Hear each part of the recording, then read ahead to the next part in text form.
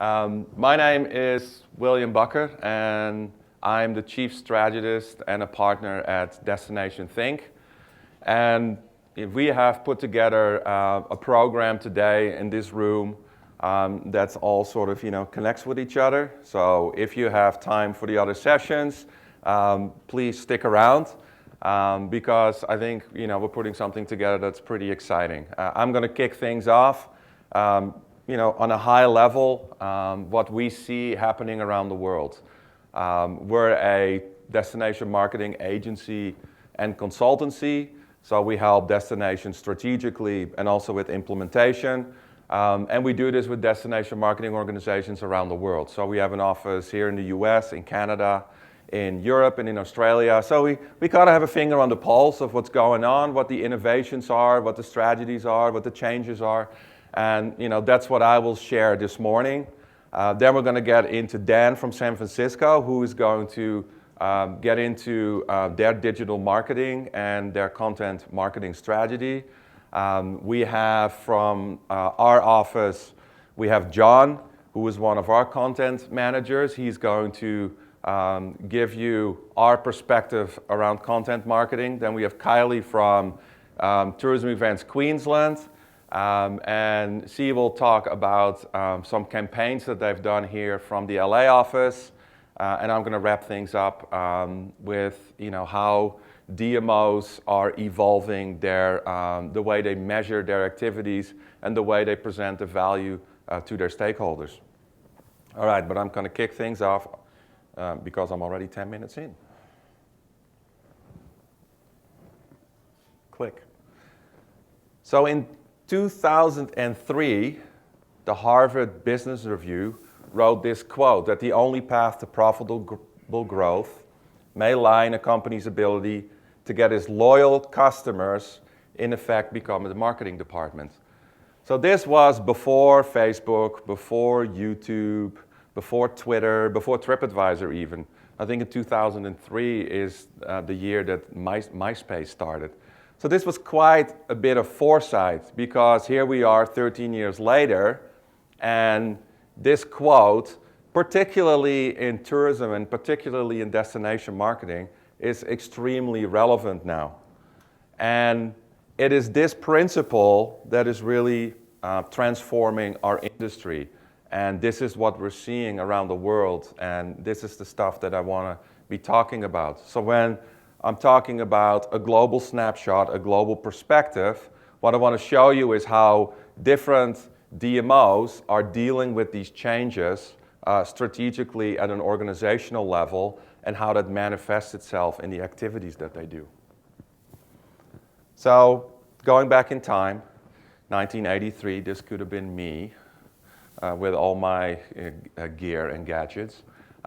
So for a project for one of our clients, we went back in time, and this was in 2013 when we did this. So we said, okay, let's go back 30 years in time, and let's see if we can find any research about travel motivations. What causes people to take trip decisions. And this was something that we found in the literature, and you can see that number one, friends and relatives. So word of mouth communication. And then you can see destination literature, travel consultants, broadcast media, print media, as you would kind of expect. Jump ahead 30 years. Now all that gear that young me had surrounded himself with is all, present in your little phone. But when it comes to travel motivations, this was from Google in 2013, you can see that word of mouth, still very, very important. The only thing that's really changed is this big giant bar at the end, which is the internet, of course. But of course, the internet is also to a large degree based on word of mouth through social media. So even though everything has changed, nothing has changed because word of mouth has always been extremely important in destination marketing. And when I started working at a DMO in 1999, and I saw this research, I remember one time asking, and I said, well, what about word of mouth? Shouldn't we do something with that? It always shows up as the number one most important thing. And it was always, well, we can't really measure it, we can't really see it, it's there, but there's not much we can do about it besides, running some visitor centers and stuff like that. But now, of course, in social media, it's very visible and it's more important than ever. So if you want to boil it down into something really, really simplistic, if you want to grow tourism, you need to focus on word-of-mouth communication, advocacy, and really, if every visit to your destination would result in either a repeat visit or a referral, or more than one repeat or referral, then you grow tourism. If for every 100 people that visit, 110 come back, that's how you grow tourism. And that, in essence, is what you should be focusing on, especially today. Now, the DMI, they created a report a couple of years ago called Destination Next. They worked with over 300 DMOs, and they did research in what's going on and how people are responding to it and what is important. And if you haven't read it, it's a great read. It's definitely something that we support and agree with. And if you sort of look at sort of the three big strategic challenges for a DMO, dealing with a new marketplace, going from broadcast to engagement, building and protecting the destination brand by becoming destination managers, and evolving the business model with a stronger focus on collaboration and partnership. So these are some of the themes that we see around the world and how people are dealing with them. So this is our strategic model. This is how this is what we use when we work with our clients and we're working with them strategically. So on the top, in your destination, you have certain experiences. You have product, you have experiences that you're trying to sell to a target audience.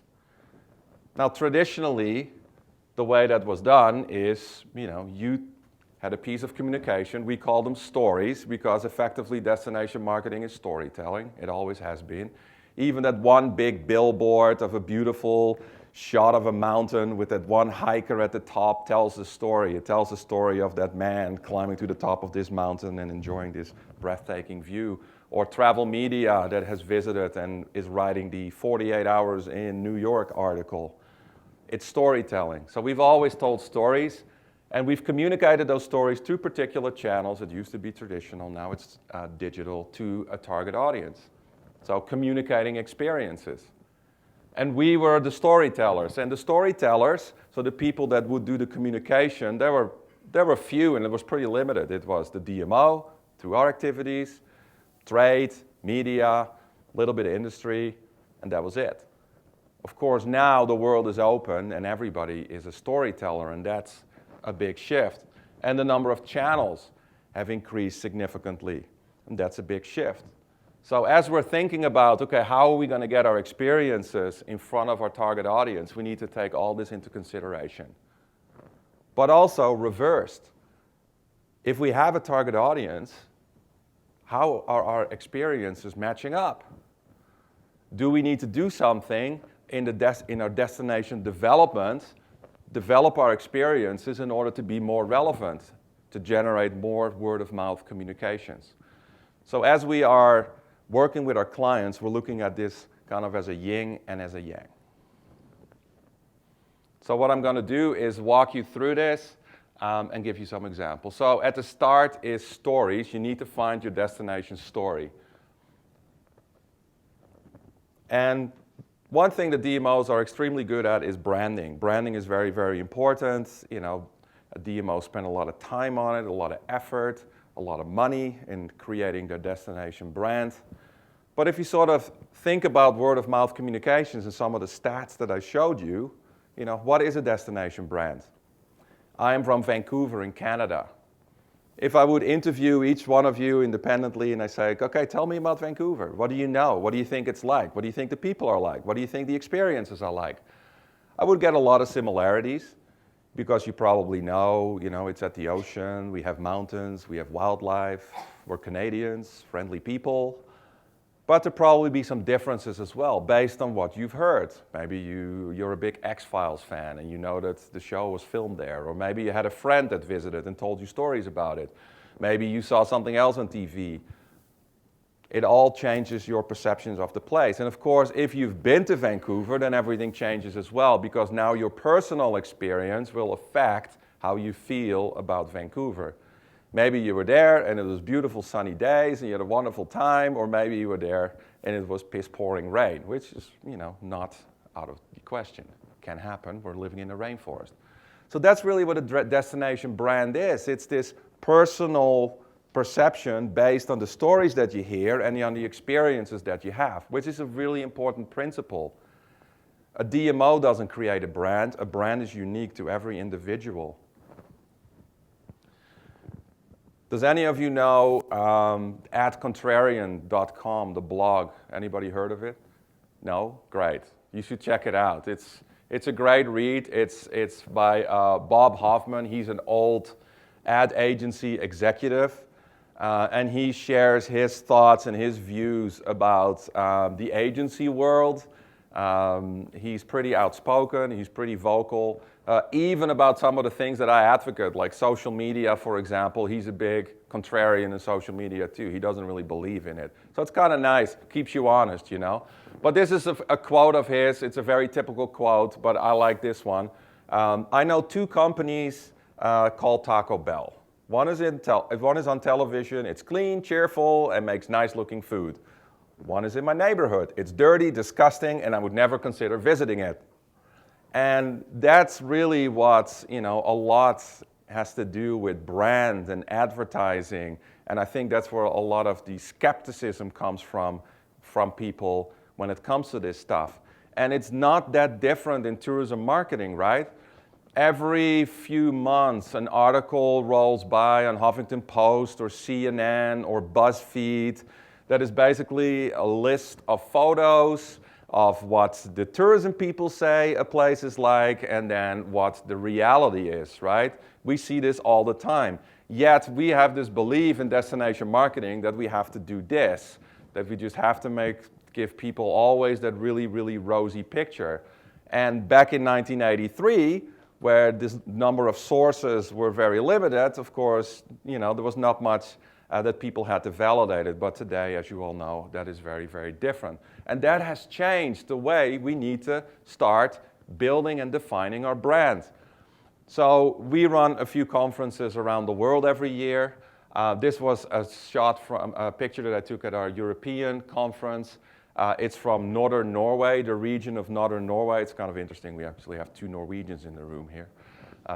Good thing I put Norway in there. And this is my favorite slide of her presentation. She showed this Facebook post of a person sitting on a picnic table in the rain. And the reason why she showed this picture was it caused a lot of controversy in her office. Well, sure, you can post that picture. Look at it. It's pouring rain and she's sitting on a picnic table. That's not what we want to tell people Northern Norway is about. It was the picture with the most engagement that year. Because a lot of people were like, yeah, that's what it's like, but that's what makes Northern Norway great, and that's what makes it authentic, and she's having fun, and that is exactly the experience that we had, and we love it, and we can't wait to come back. So, be honest. We had a client that shall remain unnamed, and one of our community managers, it was raining that weekend, wrote a blog that said 5 things to do when it rains in X.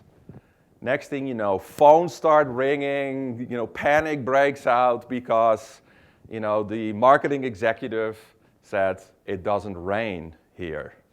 And we were like, yes, it does. It rains all the time. No, in our communications, it never rains here. And, that type of dishonesty is just something that we can't get away with anymore, or we shouldn't encourage. So contrast that with what's happening at some places around the world. So this is where I live in British Columbia. 2 years ago, they went to a rebranding process. And when I worked at the DMO, it was very much like, the story I just told. Maybe not that extreme, but all the pictures were sunny and bright and, exactly as you would expect in a tourism brochure. But we live in a rainforest. We live in very powerful nature. Rain and the weather shapes our environment. It makes BC very green. It makes the salmon come back. It feeds the bears. It provides, it makes the grass green. So the weather is an integral part of where we live, and it shapes things, and it's important. So as they went through the rebranding process, they said, okay, we're going to actually take the weather and run with it, and as one of the brand attributes. So now all of a sudden you'll see a picture like this, which is very dramatic.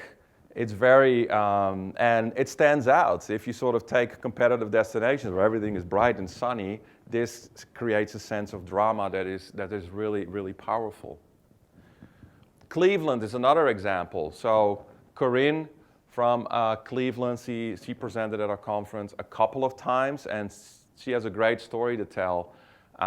Cleveland, as you might know, not the best reputation in the US as it comes to a happy, cheerful tourism place to visit. And she showed a great clip of all famous people dissing on Cleveland. Some of their really, really famous sports people that play in Cleveland, you know, talking about how terrible it is, TV shows that make fun of Cleveland, and their brand used to be Positively Cleveland, which is very typical in the DMO world. You sort of you create your brand what you want to be, or what you want people to believe.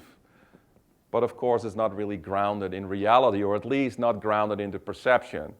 You know, Cleveland actually is not a bad place to visit. It's just a perception. But if you then throw something out there that people just don't believe, you're not really doing yourself any favors.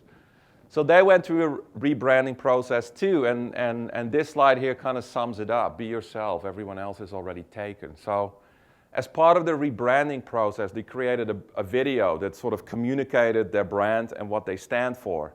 And I'll show you that video now, and it kind of explains everything.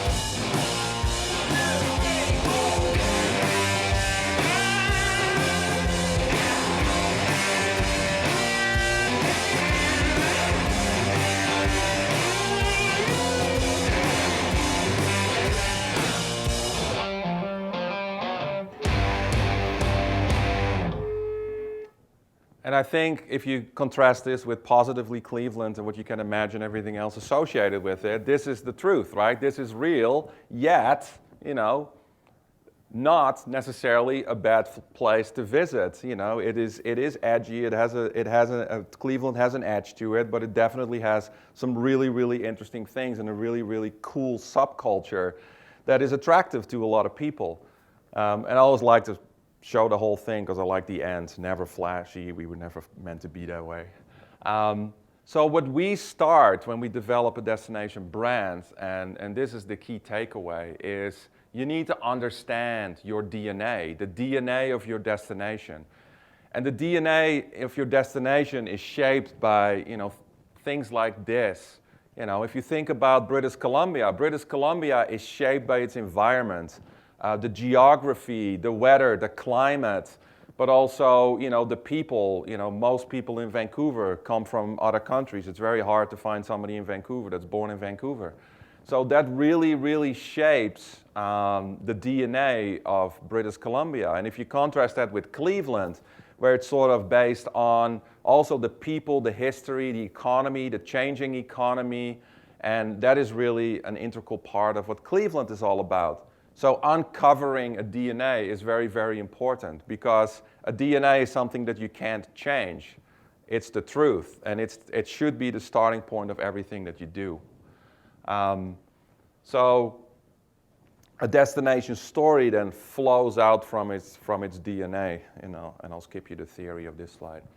So a couple of examples. So Nashville, music city, it's in its DNA, right? Music is in its DNA. It's part of the history. Singer-songwriters live there. It's part of the people. It's part of the culture.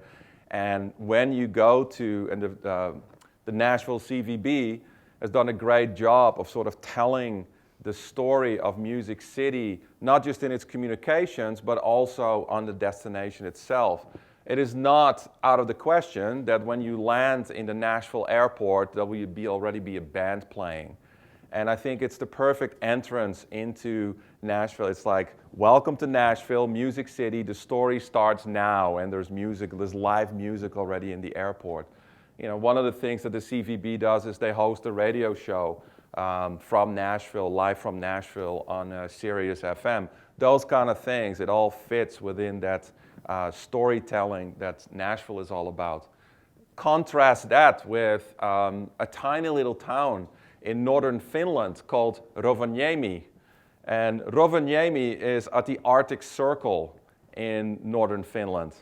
And what's part of their DNA? They live in the North Pole. Who else lives in the North Pole? Santa Claus.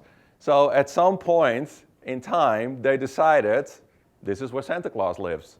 And they built a little theme park called Santa Village where you can visit Santa year-round, because that's where he lives, and the elves are all there. Now, when you go to Rovaniemi, so I arrived there at the airport, jump in a cab, and I always like to chat to the taxi drivers, get a sense of the place, uncover some of the DNA, if you like. Now, you need to know about Finnish men, that they're the least communicative people in the world. This is research. This is not something from observation. If you're a Formula One fan and you know Kimi Räikkönen, Formula One driver, and you've seen an interview with him, you understand what I'm talking about. They basically don't say one word more than they have to. So not the most communicative bunch. So I get into this cab with this Finnish guy, and I ask him, so what's with this Santa stuff here? And we're driving by Santa Village. He's like, oh yes, this is where Santa lives, and with the elves, and you can visit him, and the kids can sit on his lap and take pictures. Oh yeah, okay, cool. So then we drive into town, and it's on a crossroad of like an old trading route, so there's lots of industry. So there was a big industrial park, and he's like, you see those buildings over there? That's where the toys are being made. And I'm like, that's an industrial park.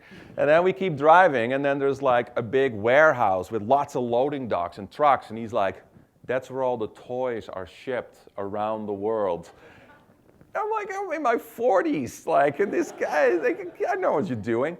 But it's the story that they all tell there, the whole town, even the taxi driver. And then I get to the Reindeer Hotel where, Christmas music is playing in the lobby year-round. I get to my room where there's a big painting of Santa Claus. And everywhere you go, they tell this story of this is the home of Santa. And they do it really, really well.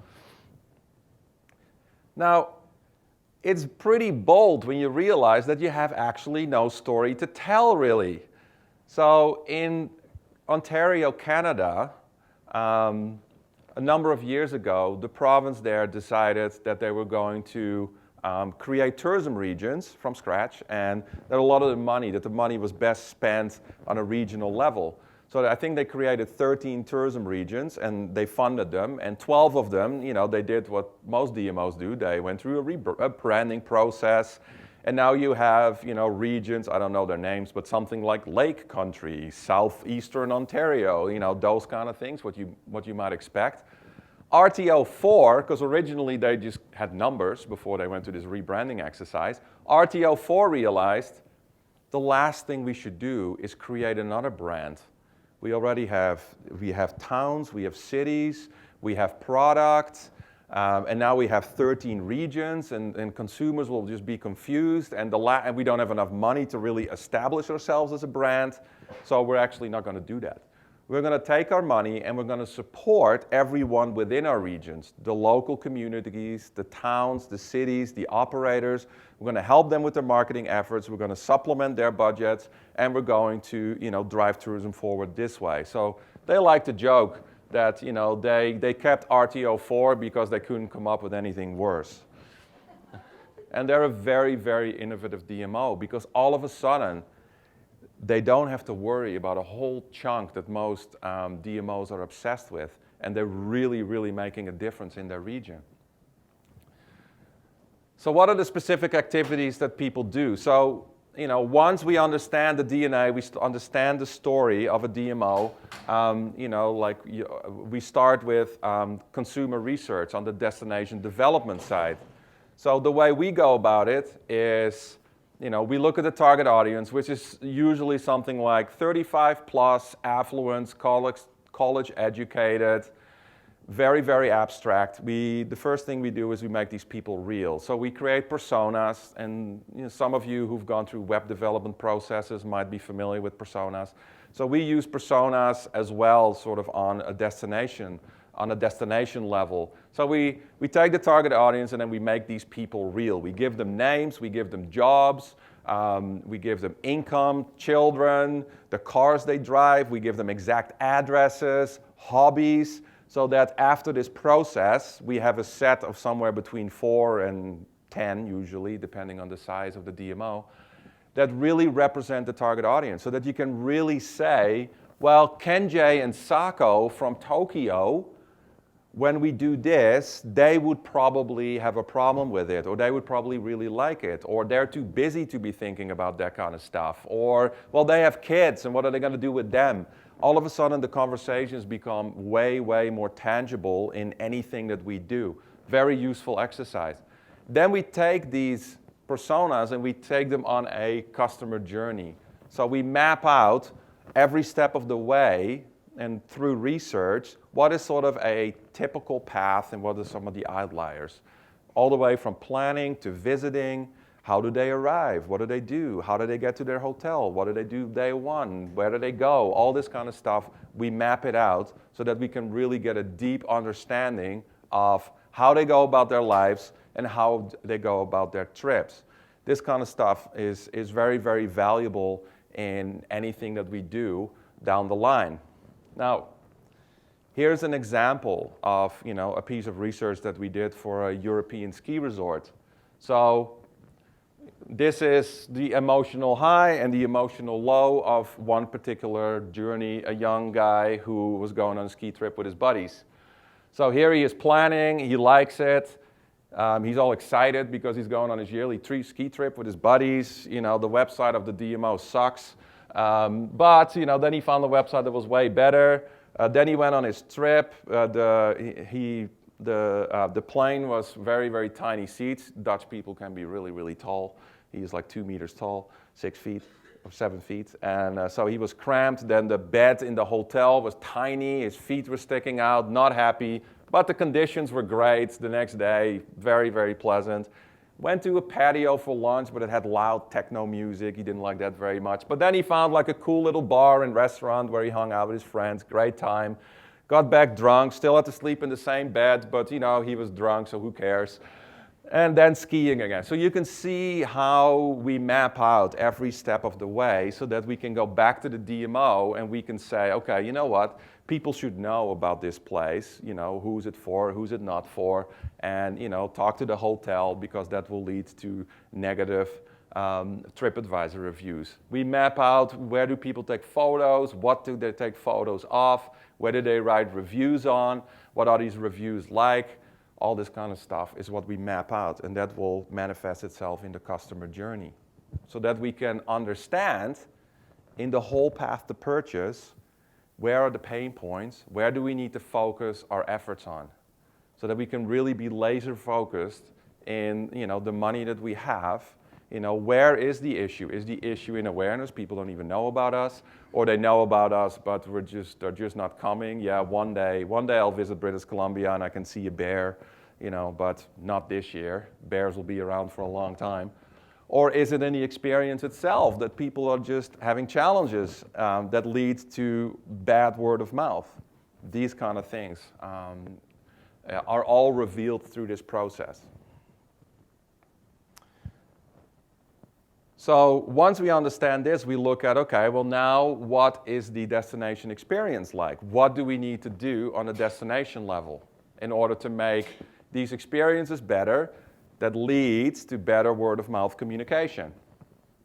And this is something that is very, very much top of mind in Europe. In the US, we don't see it as much.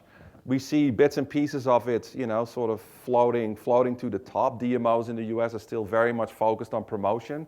That's why I'm starting with destination development. But in Europe, there are a number of cities where this is a real challenge. And, the New York Times wrote an article about it last year. You can look it up. But for example, in Barcelona, if you think about the DNA of Barcelona, it's a rich history, a very, very awesome culture, architecture, the food, the people, awesome place to visit. The downtown core of Barcelona is completely hollowing out. The Ramblas, which is the boulevard where traditionally everybody gathered, was a community place, is now cheap tourism stores with tacky t-shirts and bad restaurants with way too high prices. And it's lined with people that are all these statues that don't move. It's becoming a mass tourism place, and the residents are pushed out of the city core because all the apartments are being bought up and put onto Airbnb. So it's losing the soul of the city. I have nothing against Airbnb, not at all. Quite the opposite. But as in a destination management, you really need to consider, what do we need to do from a tourism perspective, but how does it connect to our residents, and how does it connect to business, and how does it connect to, our university and colleges if we have them. So, Barcelona, Bruges, Venice, Amsterdam, Prague, these are cities where this is very much top of mind. So when we had Amsterdam speak at our conference, Amsterdam Marketing, he basically gave a presentation about what did they do from a destination experience perspective. What do we do to manage the balance between the revenue that tourism brings in, the economic value, but also making sure that we remain a very livable city and that we don't lose our biggest asset, which is our people and our culture. So one of the processes that we use is called design thinking, because in order to manage that, you need to engage your stakeholders. They need to be part of this process. Your tourism operators, but maybe also others. So design thinking, this is a typical session, lots of sticky notes. It's very collaborative. It's kind of fun and entertaining. We use personas, the customer journey, and then processes called ideation, which is a fancy word for brainstorming, to sort of get people's thoughts and ideas out, and then map them into feasibility and priorities, roles and responsibilities in order to get to a really, really robust plan that people are already bought into in order to move things forward. Because besides the challenges that I mentioned, also taking advantage of opportunities. So at an operator level, if I'm a hotel in Nashville and I'm, let's say, a nondescript hotel that you find anywhere, Best Western, you can walk into a Best Western anywhere around the world and they can kind of look the same. but what could a Best Western in Nashville look like? So when I was in Nashville, my hotel room, it was subtle, but it continued the story. It had pictures of famous artists from Nashville. It had little quotes from Dolly Parton and these kind of things. And it just continued the story of Nashville. So if you're a hotel in Nashville, you see that. When you're a hotel in Rovaniemi, there's Christmas music in the lobby. So for your destination and your story, what should the hotel, the Best Western, look like in your destination, right? So in order to continue that and move that story forward.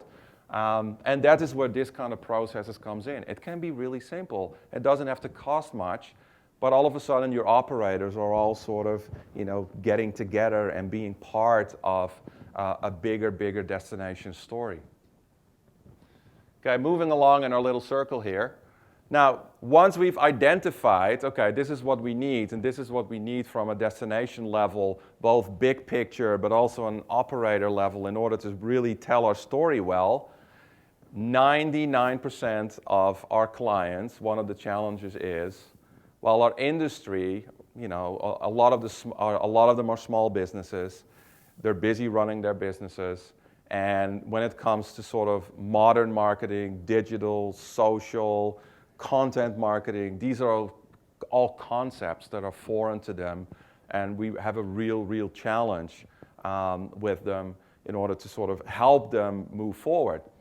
And this is actually a massive opportunity. So at one of our conferences, we thought, okay, you know what we're gonna do? We have a room full of DMOs. We're going to invite the Canadian Small Tourism Business of the Year, and we're going to invite him to come speak at a conference and basically tell the DMOs, what do you expect from your DMO? And these are 3 slides that I took pictures of that I think summarize his presentation really well. Jory's a smart guy. Get to know my business, show me some love, help me get better. And if I had to summarize all the conversations that I've had around the world with tourism operators, in many focus groups, in many design thinking sessions, in many one-on-ones at industry parties and events, it would probably be something like this, right? And I think traditionally DMOs, because they were so focused on promotion and the promotion happened in other places, they've kind of been disconnected from the industry a little bit. But now in the new marketing environment, you need them, and you need to make them part of your activities. So education is a big part of that. And every DMO in the world does some sort of form of industry education. Usually, it's either a keynote at a conference, or it's a lunch and learn, or maybe it's a half-day workshop or a full-day workshop.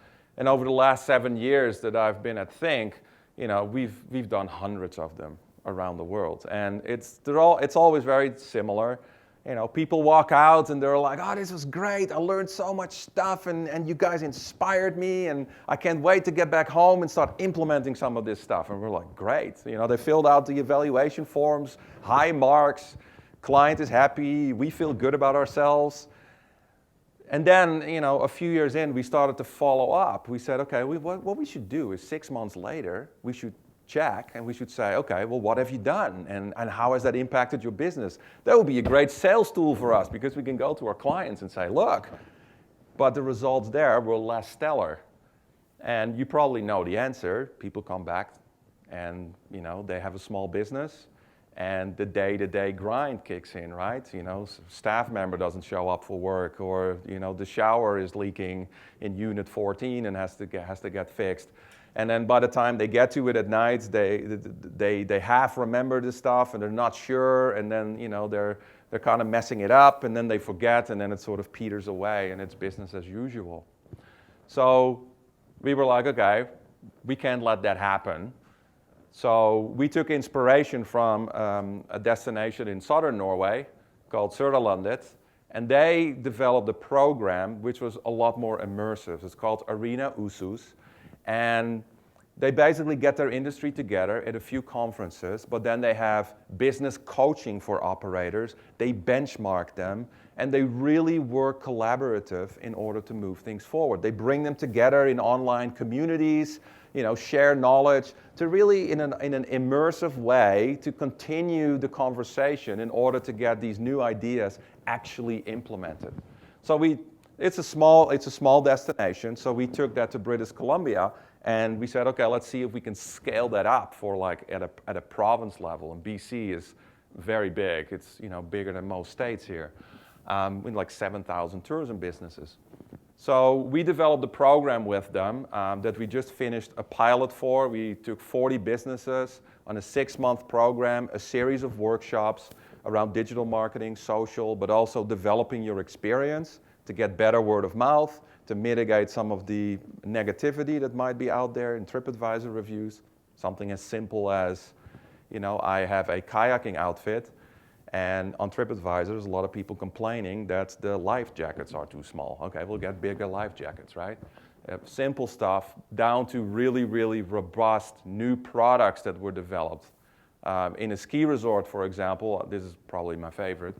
In a ski resort that doesn't have a lot of business in the summer, they now are starting an experience this summer in partnership with a local restaurant where you get a lunch box, you go up the chairlift to the top of the mountain, and at certain intervals you need to eat certain things from your lunchbox. So you go over the river and now eat your sashimi salmon because this is the salmon river. And then when you go over the forest, it's like now eat this piece of bread because it is infused with certain things. So it's like food pairing with the environment, which I think would be really cool for foodies. It would be a cool product. So dozens of these things have emerged from this program, and it will actually move things forward. So now we've covered the destination development side, the experience development. Now we're going into communication, starting with customer engagement. So a few years ago, in early days for Think, we did a campaign for Tourism Dallas. You might have heard about it, the Mystery Man campaign, because in the beginning, we just kept using it as a case study. Dallas hosted the Super Bowl.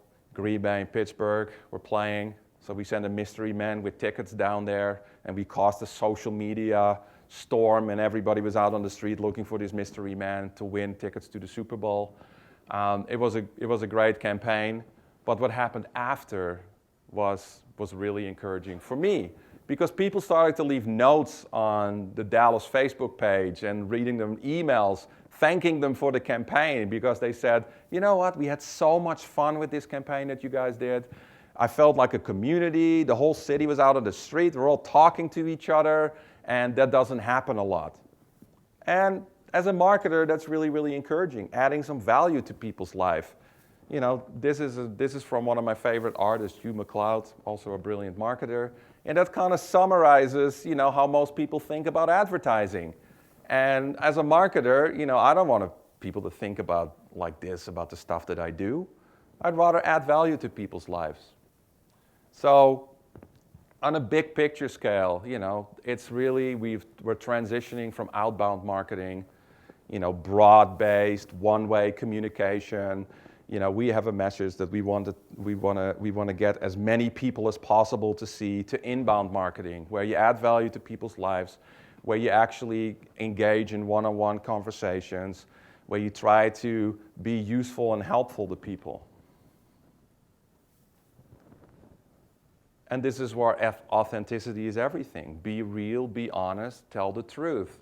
Not to pick on Greece, but this is sort of your typical Greece marketing material, as you can expect.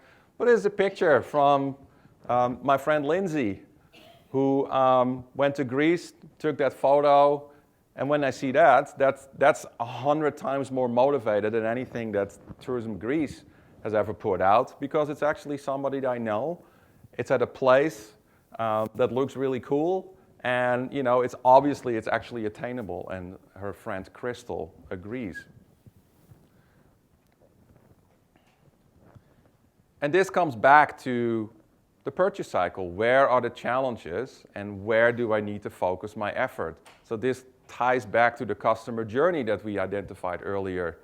Where are people at? Where do they get stuck? And what do we need to mitigate from a communications perspective?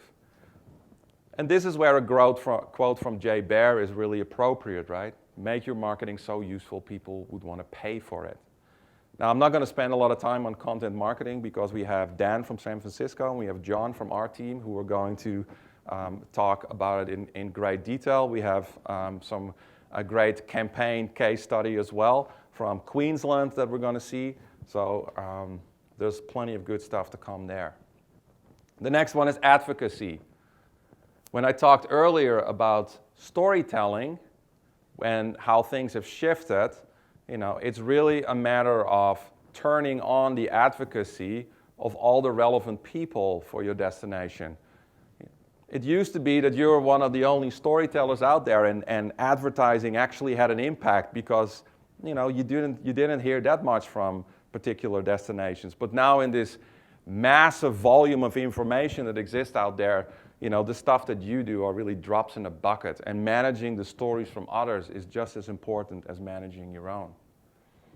And as part of our process, we identify, well, who are the right storytellers? And these are some of the obvious ones, right? Everybody works with influencers now. You've always worked with trade probably, but residents can be a very, very powerful marketing group of marketers as well. After Cleveland rebranded, the whole city rallied behind it, and they all started using the hashtag because they were like, yeah, this is what Cleveland really is. And they wanted to help Cleveland move that forward. But it could also come from really, really unexpected places, I don't know if Dan's going to show you the example, but when he spoke at our conference, he talked about how Carl the Fog took over their Facebook page for a week.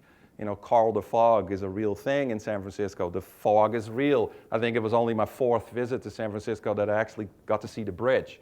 It was always covered in fog.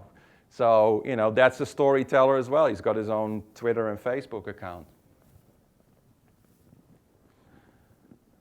One of a great campaign that we did, and this is not about telling you how great we are, but this is a very, very telling quote.